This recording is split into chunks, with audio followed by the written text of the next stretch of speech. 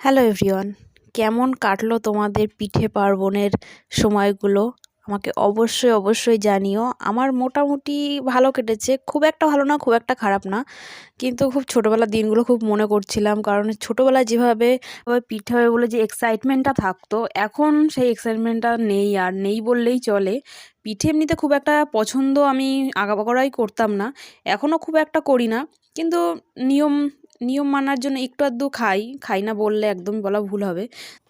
ছোটোবেলায় একবার কি হলো, যে বাড়িতে পিঠে যখন হলো, আমি তখন খুবই ছোট। তো আমাদের বাড়িতে একটা নিয়ম ছিল যে বাড়িতে প্রথম পিঠেটা হবে সেটা বাড়ির যে বড় থাকবে তাকেই দিতে হবে। তো আমার ঠাকুরদাকে আমার ঠাম্মা দিতে বলে, সেই রাগে আমি লুকিয়ে পড়েছিলাম। টানা 2 ঘন্টা ধরে খুঁজে আমাকে পায়নি। তারপরে খুঁজে পাওয়ার পর তো উদ্দুমাদুম পিটুনি একদম ছিল। তো আমি খাটের তলায় লুকিয়েছিলাম। তোমরা এরকম কেউ করো না। আর তোমাদের কোন পিঠেটা পছন্দ আমাকে অবশ্যই কমেন্টে জানিও।